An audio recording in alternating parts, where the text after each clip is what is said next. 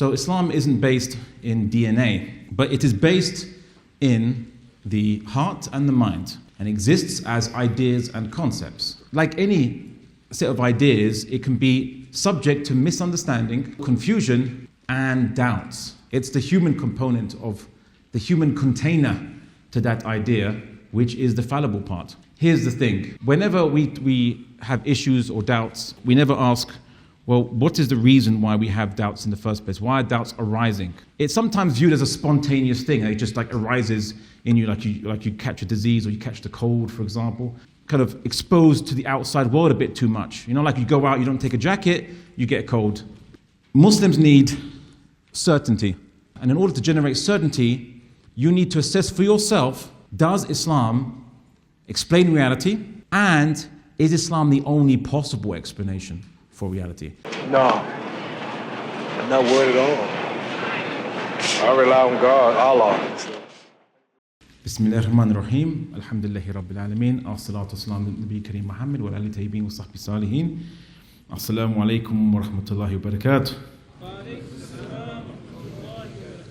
So the organizers said, Abdullah, we have a topic for you because we know that you have made certain observations about deficiencies in the current Muslim world. So we want you to talk about issues that Muslims don't want to face, any gripes you might have, and well, our next question is, how long would you need to discuss them?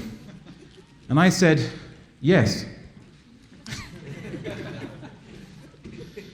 Islam isn't a race or ethnicity. It's not an ethnic group.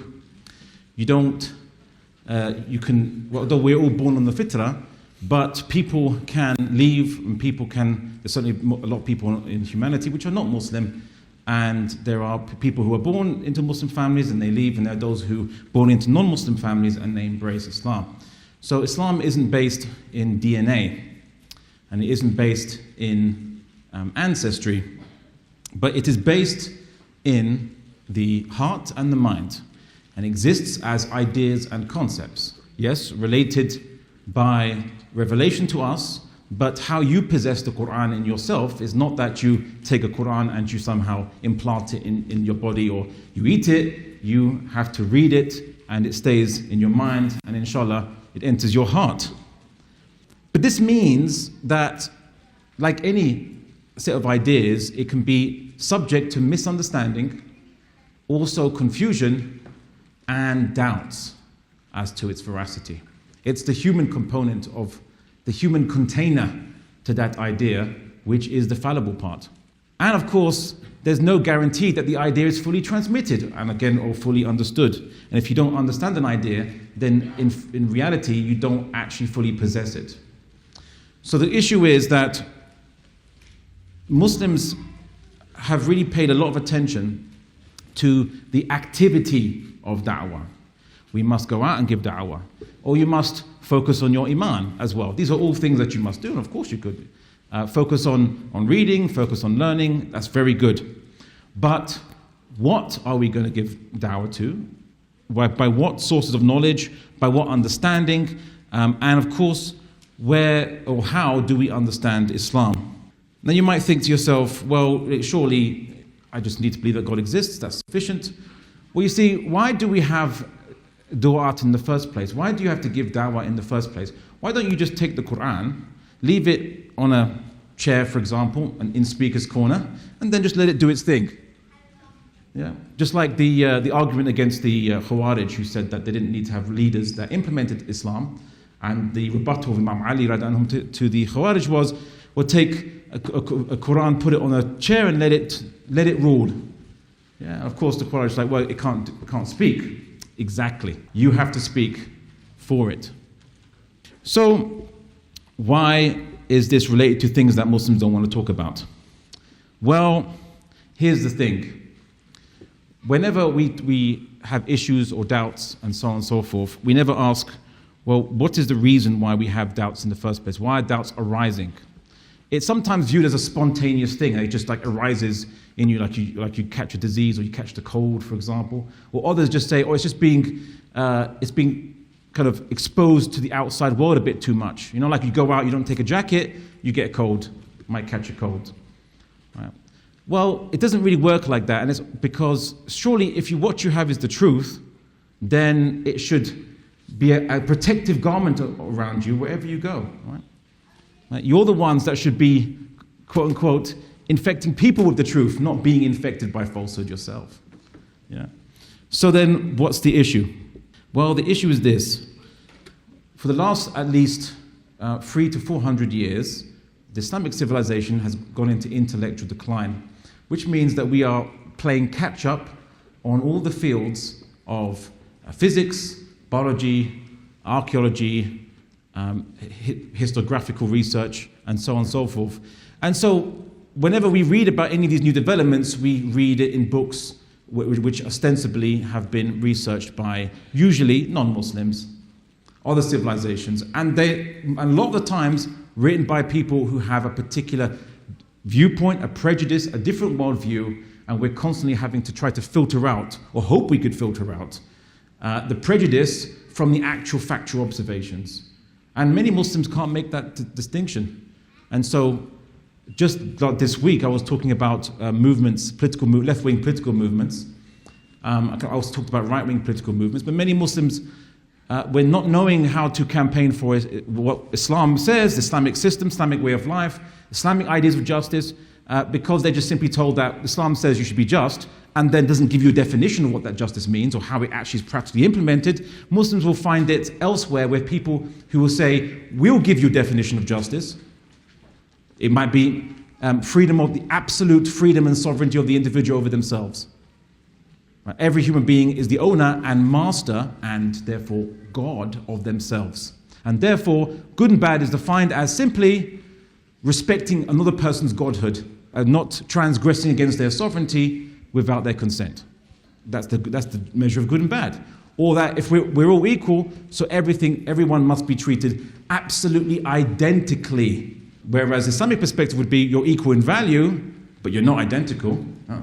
And the male is not like the female, as the Quran says. It's pretty straightforward. So then, what's the issue? Well, because Muslims are playing catch-up civilizationally, what's happening is that there are many speculations by many atheist physicists, and they make tons of speculations, and they call it science. The speculation isn't the science part. The science is what is seen in experiments, but the speculation is usually brought in and it's considered to be part of science, and you don't know the difference, and then many people have doubts. And of course, Muslims themselves, after 400 years of intellectual decline, misunderstand how to explain Islam, or even how do you know it is true in the first place?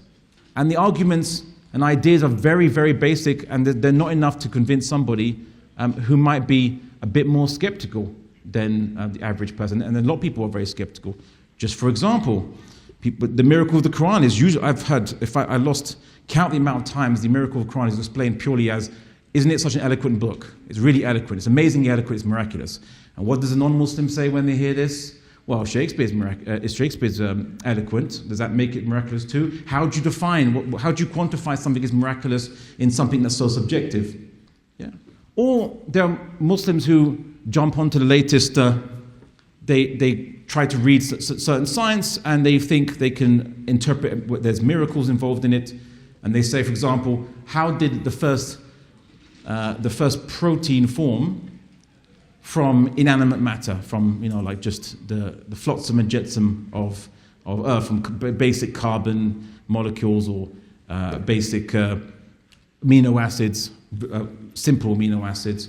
How did it form? This is clearly miraculous, and I'm going to plant my flag there and say this is a miracle which we know for certain, and I'm going to base my faith in it. Then what if they discover later on that life can form, or the first proteins can be built, and they come all naturally from basic amino acids, which you can find on asteroids.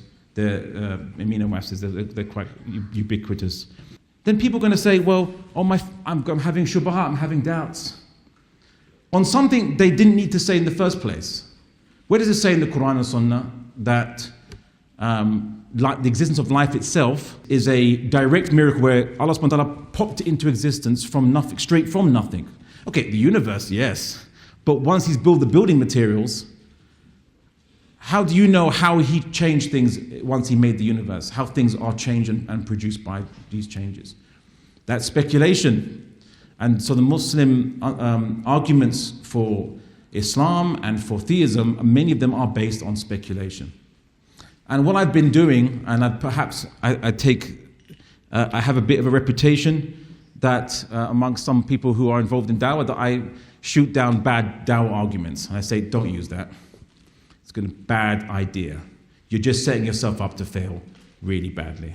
If in future they discover something and then it actually is the case. But what would we say? We say everything that happens in the universe is by Allah's will. Everything that happens in the universe is by Allah's will. Why are you so desperate to try to speculate additional things, which is not mandated by the Quran or Sunnah, and there's no certainty in science anyway, for the most part. So why are you planting your flag and say, I'm going to use this as my basis for my faith? Muslims need certainty. A Muslim who doesn't know for absolute certain that if they sacrifice their wealth, their health, their life for the sake of the Deen, if they don't have certainty that there is an afterlife, and they don't have certainty that they're going to be rewarded, then they're not going to be willing to put the maximum effort into those activities that might require that. Because they say, well, they'll take a calculated guess. They say, well, maybe I think there most likely might be, so I'll risk this much, but I won't risk all this because I don't know if I'll actually just be risking everything for nothing. Absolute certainty. See? People always make calculations based on risk if there's no certainty. So I'll give you an example. So let's say you have a friend of yours, and you've trusted this friend of yours has always told you the truth and has never ever lied to you, that you know of. And so someone says to you, okay, I'm going to make you a bet, right? Are you willing to bet that your friend has never secretly cheated you of something, you were never aware of it, and I'll bet you $10. And you say, yeah, sure, I'll take that bet, $10. I'll bet then $10 that my friend has never cheated of me anything, because I've never known that person to ever lie or what have you. Okay. What if I said $1,000? You say, okay, no, I'll still take that bet. That's $1,000. I'll just, if I lose $1,000, not a problem, because it's so unlikely anyway. But $1,000 is like, What if someone said, okay, I bet you your entire life, all the money you ever make in your entire life, and also you'll go into servitude, and your family will go into servitude to that person if that person has cheated you without you knowing it. Would you take that bet? Say, well, he hasn't cheated me that I know of, so yeah, I'll take it. You're not going to take that bet. You're like, oh, actually, am I so sure now? Yeah, because the stakes have been raised. So that minuscule risk becomes quite big. Yeah? So then, if Muslims don't have certainty, or they have doubts, they're not going to give the Deen their all. Right? They're going to have wahn in their hearts. They're going to have fear of death, perhaps, because it's the unknown. Right? And they'll think, I'm not absolutely certain now if all my activities were worth anything. So Muslims really need to work on certainty. Now you might say, well, what do you mean by that? Is that just I have to go at home and just keep telling and read books of Aqidah, which just give you a list of things to believe in? That's generally what books of Aqidah tend to do. And that's not going to give you certainty. That's just going to give you a list of doctrines to believe in. Yeah. Or so I need to work on my iman. And what does that mean? Like you just go at home, turn off all the lights, and you just chant like mantras of things that you have to believe until certainty somehow enters your heart? It doesn't work like that. So what is needed? Well, Muslims need to intellectualize how they understand Islam, because Islam is an idea, and it's an idea about reality. It's an explanation of reality. So in order to combat kind of vectors of doubt, and in order to generate certainty, you need to assess for yourself, does Islam explain reality, every aspect of reality that we know of for certain, and is Islam the only possible explanation for reality? And once you come to when I converted to Islam at 14, at that time Islam was like a hypothesis for me. And I thought, Islam is the best possible explanation for reality. And I'm obliged, I believed in God. It was always part of my fitrah to believe in God, but I thought, okay, God's existence is pretty certain for me. So God wouldn't begrudge me. I follow the best evidence I have to hand. So if I become Muslim, then that's the best hypothesis that's available. But then later on, after more research, alhamdulillah, I came to the conclusion, after looking at every single possible permutation and variation you could ever make to the explanation behind reality, not just all the available ones, but ones that weren't even thought about, that Islam, it could only be as Islam explains reality. It could only be as Islam explains reality. I didn't even need to know the linguistic miracle of the Quran. And many reverts will become Muslim not knowing the linguistic miracle of the Quran. And they'll usually tell you that Islam made sense to me. And what they're saying to you is that the explanation of reality that Islam provides seems to be the only congruent one, or the best one, or the only possible one. Right? So if we don't aim to replicate that certainty in the Muslim Ummah, you're always going to have doubts, and you're always going to have half-hearted efforts and unserious actions. That's going to perpetuate not just in the West, Muslims in the West, but Muslims certainly in the Muslim world. Arguably, Muslims in the Muslim world, they have it even worse than that. They don't even know what Islam even gives as guidance fully. How does Islam solve economic problems? They don't know what, no riba, that's about it, no interest. So it was a bit more than that. So what is needed? How do we resolve these issues? And here's it's not controversial, but it's just something which is even commonsensical, but unfortunately Muslims are very complacent and they don't see how important it is. Muslims think, we have the truth. We have the truth. So all you need to do is just convey it, game over. Not really, because how well do you know the truth? And you're going to convey it to people who have understandings about reality which has been updated in the last 400 years due to scientific investigations, due to investigations in physics, biology, due to investigations in history. We now know more about history than we ever had in the past from archaeological evidence and unearthed textual evidences. The internet means that if someone knows something, then they can make everyone in the world potentially know that one thing, including misinformation. And so that just compounds our problem. So what do we have to do? As Muslims, we have to give serious, I would even say priority funding and resources to researching and updating how the Islamic worldview and how it understands the world, updating it with the modern knowledge that we have today. People become Muslim because they say that Islam explains everything. But if you don't know the latest discoveries and developments and so on and so forth, then you can't really explain everything for them. You can't show them how the Islamic lens is fully comprehensive.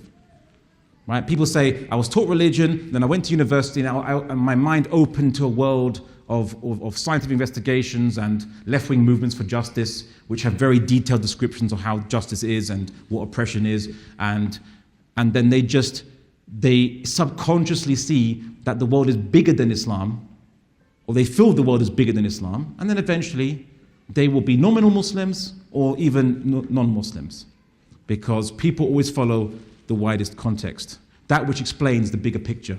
You know, people say, what's the definition of winning a debate? Winning a debate has been described as the side that explains the widest context, that provides the biggest picture. Say, like, they come in and they say, I have an argument or an explanation that not only explains the evidence, it explains your existence or your position's existence and the whole picture. So as Muslims, for example, we come in and we can explain, for example, when we debate Christians, and they don't like this very much, but we can explain why Christians have their very existence. Why did even Christianity even emerge? What deviation occurred? We can explain it. Whereas Christians, from their worldview, they find it hard to explain Islam because, well, we believe that Jesus is the Messiah. He's the Prophet of God, alayhi salam. We love him. Is Islam the work of the devil? Very hard to justify why the devil would call people to loving Jesus according to their worldview. Right? And to quote a biblical argument, a house divided against itself will not stand. Right? So if Islam is a work of the devil. From the Christian perspective, why is it doing anti-devil work, which is calling to people to believe in the Messiah and accept Jesus as a prophet? Christians find it so hard. It's a very big issue for them in their hearts to explain Islam away. They want to explain it as the Antichrist or something, but it just doesn't fit very well. It grates them. But we have a bigger explanation than them. We have a wider context, a much wider context. So, what is the solution then? Sometimes you've seen, I've noticed that there are many institutions that set up and they try to teach courses and they try to update people's information, and people ask, why do I have to pay for this course? Shouldn't knowledge be free? Yeah, or like why do we have to give away money to someone to do research? Can't you just do it in your spare time, fi sabilillah? I see that argument because Muslims have a low priority to research itself. They think research is unnecessary because surely Islam is so self-evident that you could just put the Quran on a pedestal, put it in Speaker's Corner, and it will debate everyone and beat everyone in arguments. Yeah, well, it doesn't really work like that. Why do think tanks exist? Why does this place exist specifically? And they charge money to teach, right? And think tanks get funded. What do think tanks do? Can anyone tell me what think tanks do? Volunteer? Sorry? Not you. You know the answer. Anyone else? They think to send tanks. They think to send tanks. That's the Rand Corporation. Anyone else? What do think tanks do? It's not rocket science. Sorry? They think. They just sit down and think? Sorry? They research policy. Yeah, they do research. And politicians read that research because politicians know that despite what they say to the public, they don't know everything. And they need someone who basically makes it their full-time job to go delving into all the available data and present a report that then recommends it to decision makers who can then make the right decisions based on the right information. Then you might say, but Abdullah, surely reading books and so on, can't people do it in their spare time? Why does it have to be funded? Well, yeah, you're right, people can do it in their spare time. But here's the problem. Every single day, my inbox, Jake's inbox, Adnan's inbox, Sheikh's inbox, or everyone's inbox are bombarded by Muslims who say, I have doubts, I can't sleep at night, my belief is being shaken. I met a non-Muslim who said this to me. I met this person who said this to me. Oh, this apparently the news reported this new discovery that's now shaking my faith. When they took one case was like they took a dead cell and they inputted a new nucleus to it and they said we made it alive again. Or they brought dead to life, dead things to life again. Doesn't this shake my face? Like, excuse me, what? That's I had to explain to that person that doesn't really shake our faith exactly at all. But the issue is that people have doubts today. And also Muslims need guidance today. Like policymakers need guidance for policy, for campaigning, for political actions, for economic policies. Muslims need guidance today. Right? The whole point of think tanks and research projects that the government funds itself is to get it quickly and comprehensively. So despite the fact there are so many Dawah organizations across the world, very good, but there is so little funded research. And research is boring, by the way. It's not like snazzy. It's not with like flashing lights and what have you, with conferences and things where the person who donates will see something immediate within the next week or something. No, it takes months to get something correct, to check every reference, to check every fact, to consult with experts. Right. And people say, oh, but then we have ulama, we have scholars. They are people of knowledge. And again, the mistake is that because someone has knowledge, they have all knowledge. They are omniscient, and they have all knowledge. No human here is omniscient or has all knowledge. I get asked questions about fiqh. I'm not a faqih. I'm not a mufti. I can't answer those questions. I'm just a dawah carrier. Right? That's all I do is give dawah. I can't answer. But Muslims think that any Muslim who's in public realm speaking about Islam must know everything there is to know about Islam, or about the world generally, when giving dawah. Like they know all the arguments that doesn't exist. Okay, that's why many du'at have to specialize.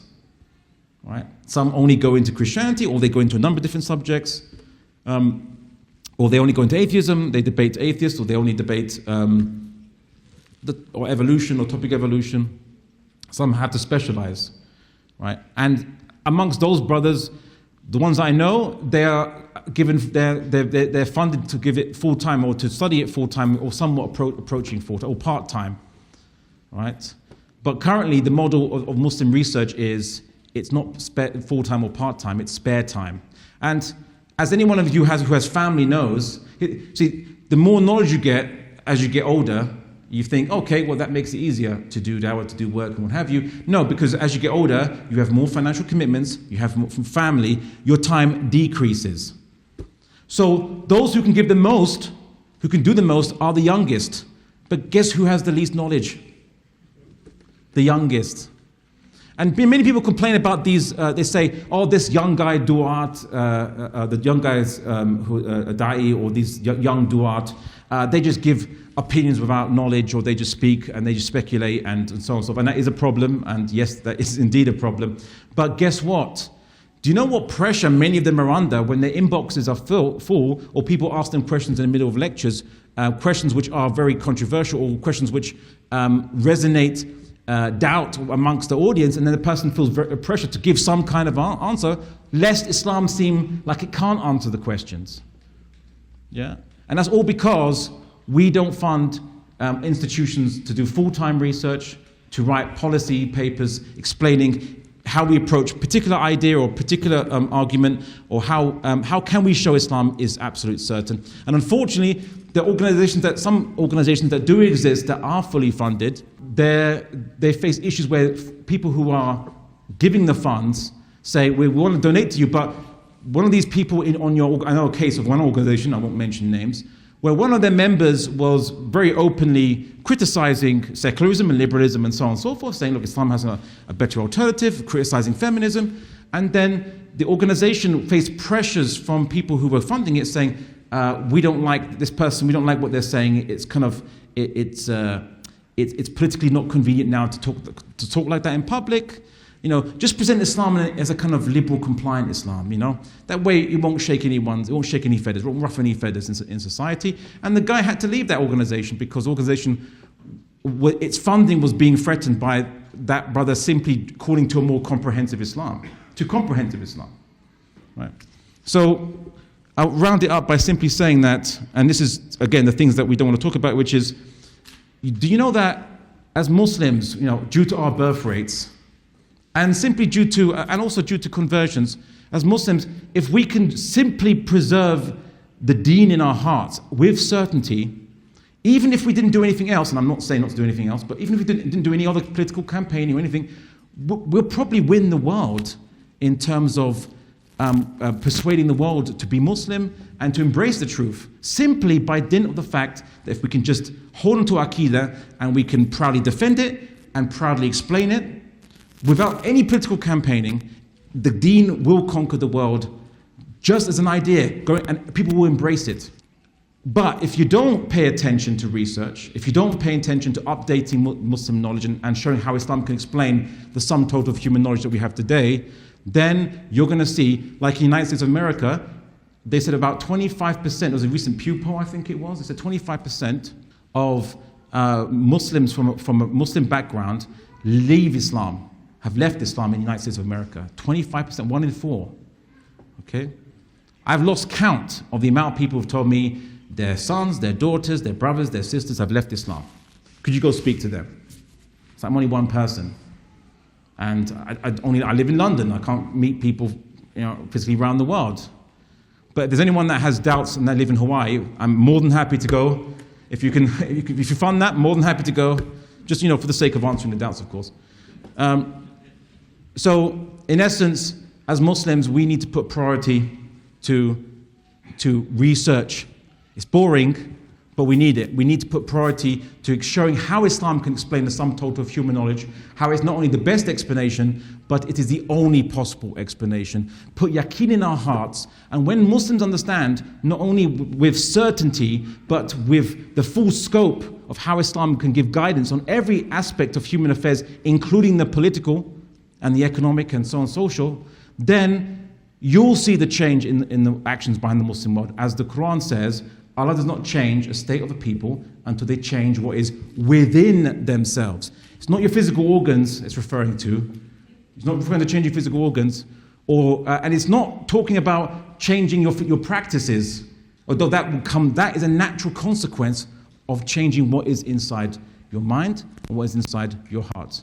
So on that, let's focus on strengthening this deen and putting our resources into preserving what Islam essentially is and defending it and giving an exposition to what Islam is, which is ideas that spread through the hearts and minds of mankind. And inshallah, by that, it will conquer the hearts and minds of mankind. Okay, barakallahu feek. Takbir. Allah.